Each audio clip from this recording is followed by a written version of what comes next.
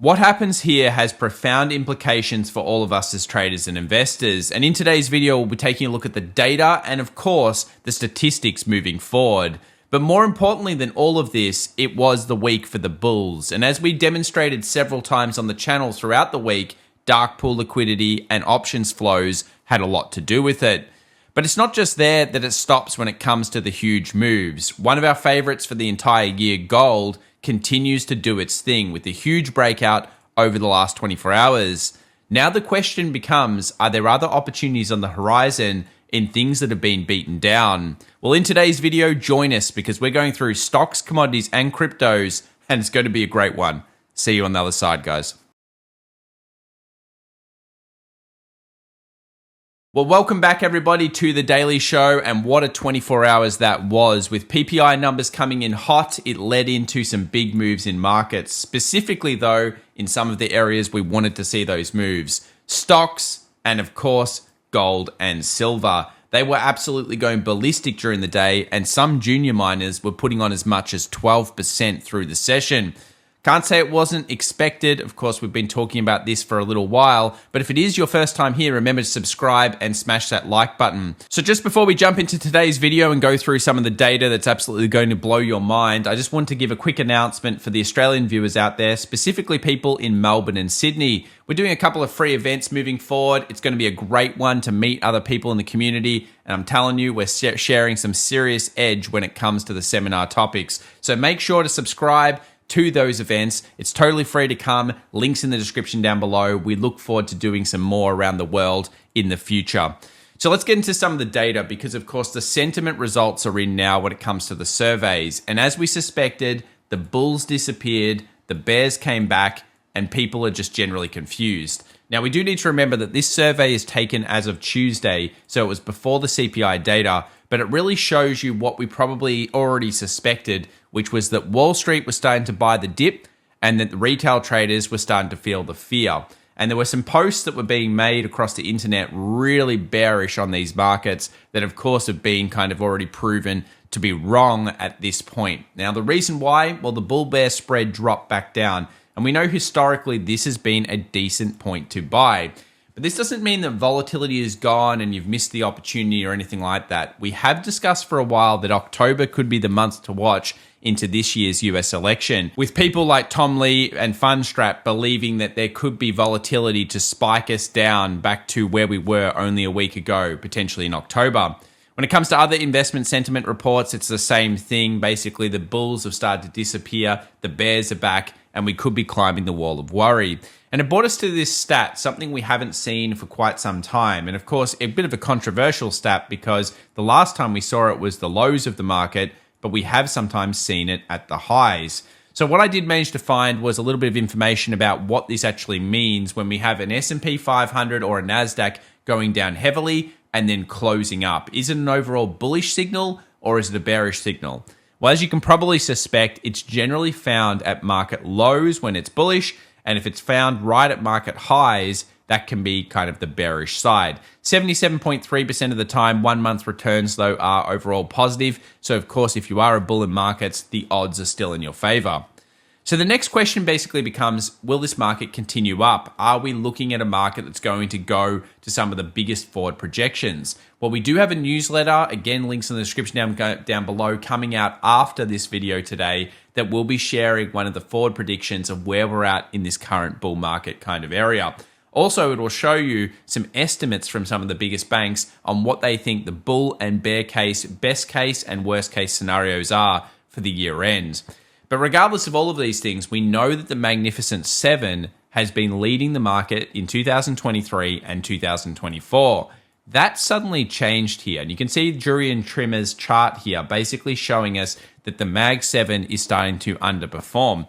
And this is a bit of a worry when it comes to looking at the market from a perspective of making really big crunching highs. You know, what we've seen over 23-24 has been exceptional returns. Is that about to change? Well, with the bottom 490 starting to look better on the charts than the top 10, it can kind of tell you that it's going to be what we would call more of a slower grind if we do make it to new time highs. And this will become important because you may need to look at things like RSP and other codes such as equal weight codes when it comes to making superior returns.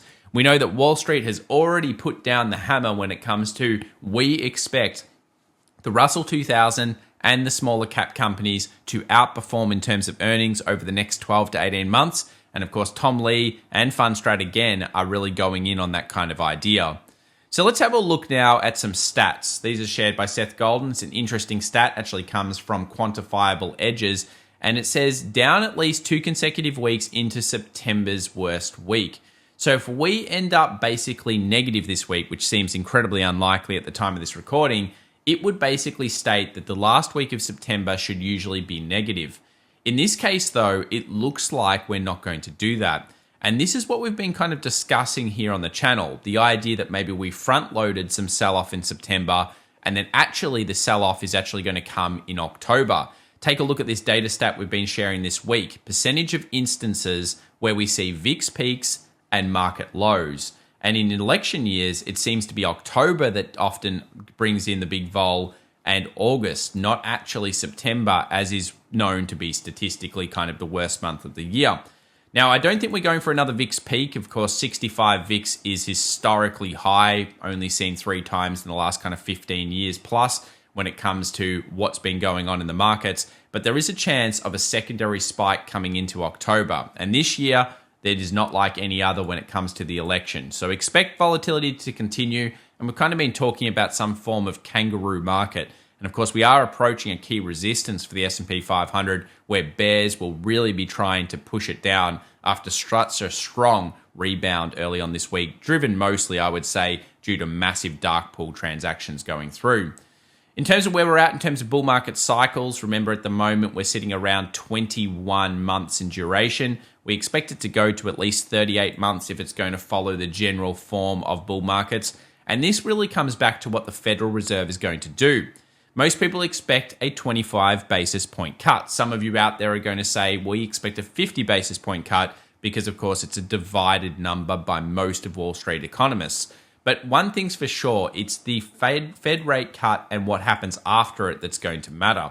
We do know that if they do a really fast interest rate cut, such as 50 basis points, that may freak the market out. But we've got to remember they've got room to give. We're climbing what we call the wall of worry. A slowy, sluggish economy that kind of sucks, but at all points in time, the Federal Reserve and the central banks around the world, and of course the governments, are really injecting stimulus. We've already shown that by looking at the liquidity, and the liquidity is currently on the rise, showing that basically there is a stim pack in the economies already trying to navigate a soft landing.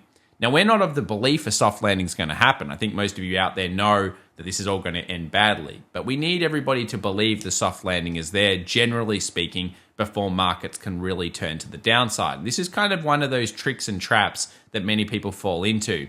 You see the economics, you see the macro news, and you kind of get in love with the bear signals or the bull signals and go off in that direction. Here on the channel, we try to bring up both so you can get a bit of an idea. But one of the things we will be looking for is structure over the next 1 to 3 months. So definitely subscribe because we will be covering the different layouts in terms of what the markets have done in the past when it comes to not only rate cuts, but also uninversion of the yield curve, which of course happened really last week in terms of confirmation. What happens now will have profound implications, especially over the next 6 to 12 months of investment and trading journey. And this is where we get to when it comes to risk on. This is actually an interesting chart. It's one that we shared over on our X account for Bitcoin. You might think, what's Bitcoin got to do with the rest of the market right now? Well, one of the things that Bitcoin does is it's kind of like a risk on asset. It's when people are feeling really ready to take risk on, really ready to take kind of like the market and do a bit of leverage, often Bitcoin starts to move. And this can show you the underlying sentiment is also improving in the markets overall. Now, one thing's for sure that Bitcoin tends to do well in October. And we're starting to see a form of base potentially forming here when it comes to Bitcoin holding the 54,000 level. We'll look at the chart very soon, but we also do have some data to share on that moving forward as well.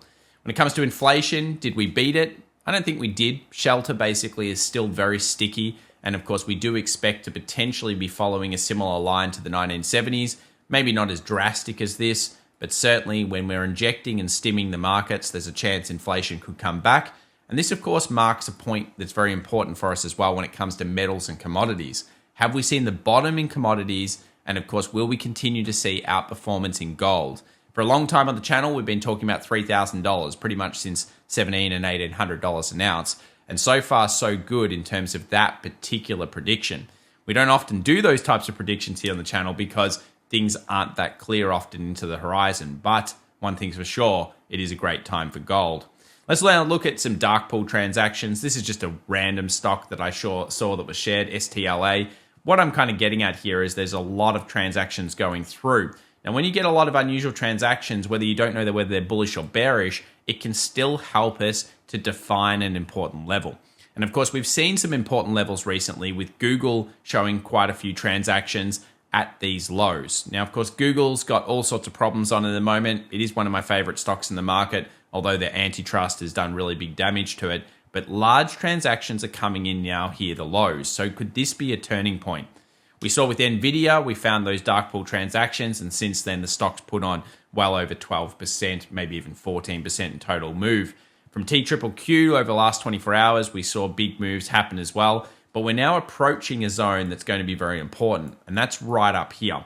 So before we look at that on the charts, let's just take a look at what happened in terms of rotation over the last 24 hours. We saw gold, we saw metals, we saw home builders, and communications go bonkers. And in particular, I think the materials and the metals are the interesting read here.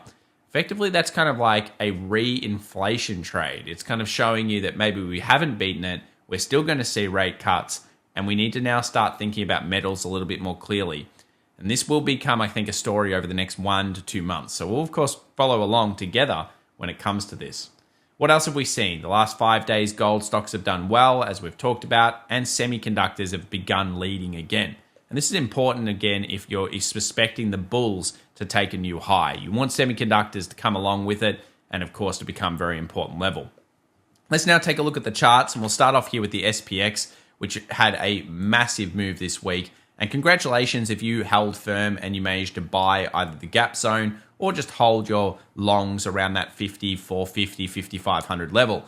You've been rewarded with your bravery because, of course, it did get a little bit scary. And now we make it into the most traded zone. Now, in this area, there's no doubt going to be a bear. Someone will try to pressure the market around this level. And of course, between 5,600 and maybe 5,620 and 5,650, there could be a chance that bears will try to push this market back down. Again, giving people opportunity to potentially get into what is so far being a kangaroo-style market. Now, of course, we mentioned before the close of the week. It's likely it's going to be bullish. And of course, if it is bullish, this means that there is a real potential that September is not going to be as bad as people think. And instead, October is going to be where the data and the stats lie. And this is contrary to what a lot of people believe out there. Advanced decline lines improved to a new all-time high when it comes to the markets, which is a great sign for the markets overall. And of course, when it comes to the last 24 hours, it was really absolute perfection when it came to specifically moving towards the 0 DTE call wall. 5,600 was the target. It hit it perfectly, and it just shows how much options are controlling the markets right now, along with the price action, and they end up kind of working in sync with each other. Options high levels today will be important because, of course, it finds us at res just in case we start to run, and the low level as well is quite interesting, being the old high as the res. So these are both kind of key levels, but for now, it seems more than likely we're going to try to hit something like the 5616 or maybe even higher. Let's take a look at the options together, and I've left the one from the previous day on just so you guys can see this. I'm going to zoom in here. Look at that 5600 call wall. No one was probably going to make money off this call wall. People thought they were going to, but they weren't going to do that. What was really important is this was likely the gravitation level for the markets. And of course, all of these puts and everything were there in the previous session. Now we fast forward and we look at the 13th of September. Well, things look really different. Have a look at this. Calls everywhere, significant positive gamma, and of course, still the 5600 level being an important zone. So even if the market pushes above, I think Wall Street may try to push it back down to try to force expiration of the 5600 calls, and of course, therefore, them making money. When we look at the next week, what becomes the big level to watch for resistance? At the moment, it seems to be around 56 90, which is of course much higher than where we are at the time of this recording. So could it be that we're actually entering into a significant positive gamma move and a squeeze that's going to keep pushing those shorts from the other day out?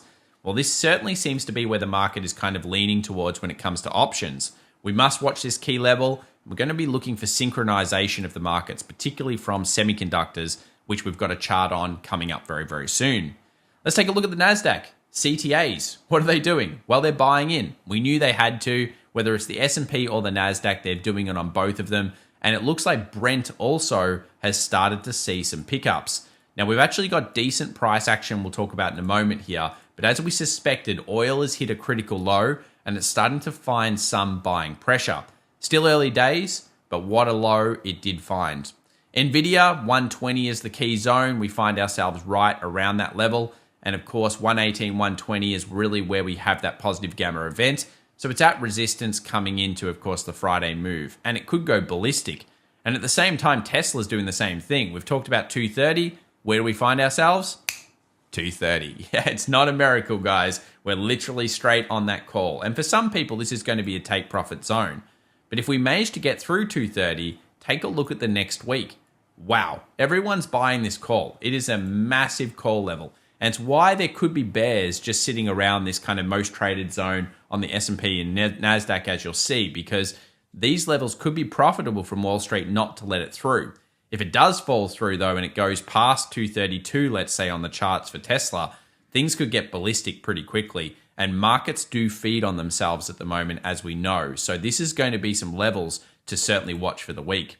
Let's jump into the charts and look at the things that have changed over the last 24 and 48 hours. First up, US 2-year. Wow, new low. Pretty wild. Absolutely tanking at this point. And of course, when we look at the US 2-year versus 10Y, got to type that in right, guys, then we're basically looking at an inversion continuing on here. And of course, us to be on a late cycle timer at this stage. The RSP has a massive rebound. You wouldn't want to really go against that, I don't think. The equal weight looking absolutely phenomenal from a price action day space standpoint right now. Of course, bears, what do you guys want? You force it underneath this low. That's not going to be good. That's going to be a full-on trap at that point. But seriously, the US dollar is also falling off.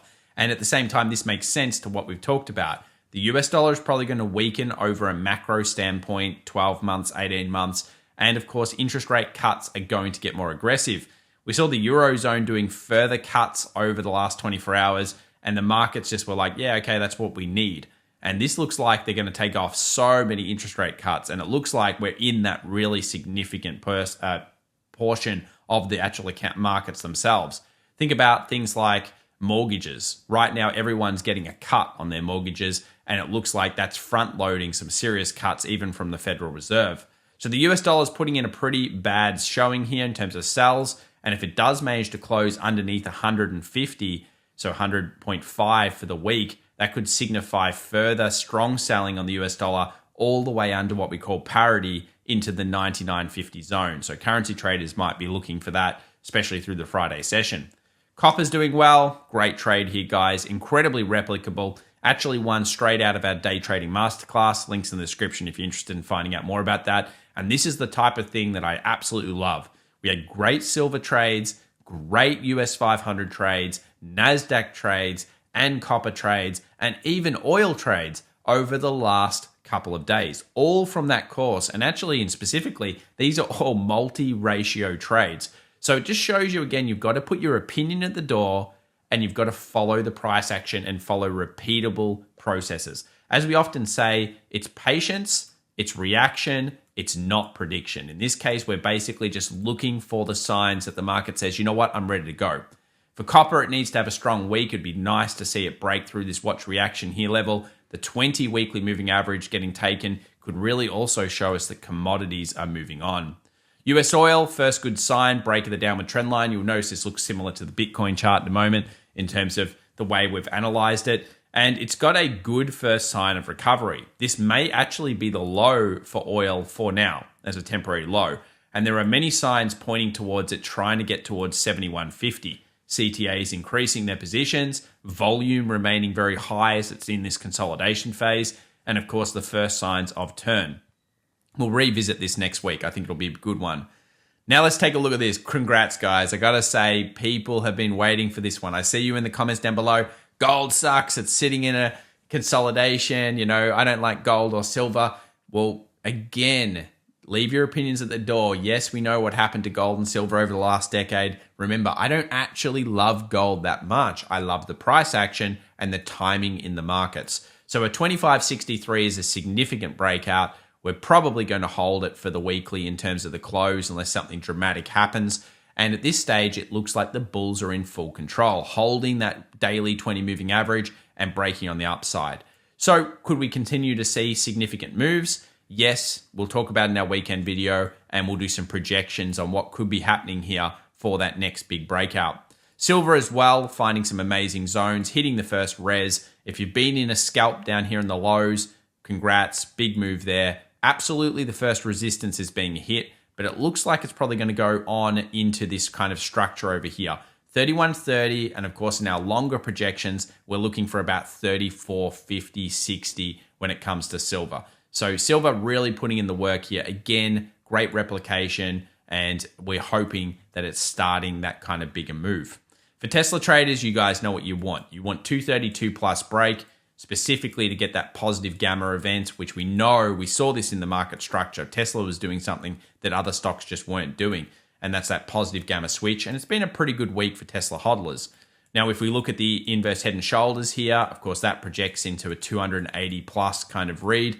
And it's all going to be about getting through the 230, holding it with a solid weekly close, and then we can talk about whether we're getting a big momentum move on that stock. Maybe even that SpaceX walk or whatever happened over the last 24 hours could be a small catalyst to get people hyped about the stock again. Now, I know you're going to say, well, it has nothing to do with it. You know, with Tesla, sentiment and positive gamma or negative gamma drives everything. Nvidia did a big breakout, of course, got back to 120, which is a little bit of a res. I'm actually going to move off Nvidia and look at semiconductors though.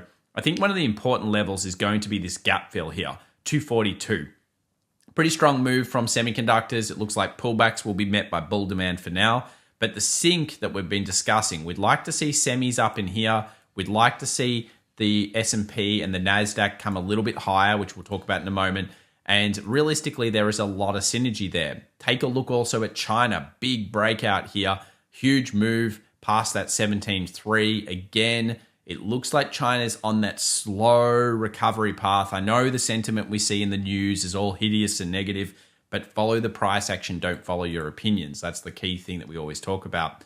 Aussie 200 trying to make new highs here. Absolutely blitzing into the 8.1 area. Still thinking the Aussie market can do well. It's a mixture of financials, remember, energy, and of course materials. So really, if we are seeing a reinflation story or the end of the shock in oil, then all of these things could help to push this market as well. US 2K hit first take profit. Well done, guys. Good level. Big tweezer there. Absolute smashed into this zone. Pretty good session. Now I'd like to see whether it can get above this point. So again, the sink is going to be important. Anywhere between 2150 and 2160 for the Russell could be issues. Of course, Tom Lee really wants this market to go up, but we do know that a break of 22, let's call it 2250, 2240 is going to be a huge bull sign. For now, it doesn't look like there's any relenting on the bulls. They're kind of pushing this thing as much as they can.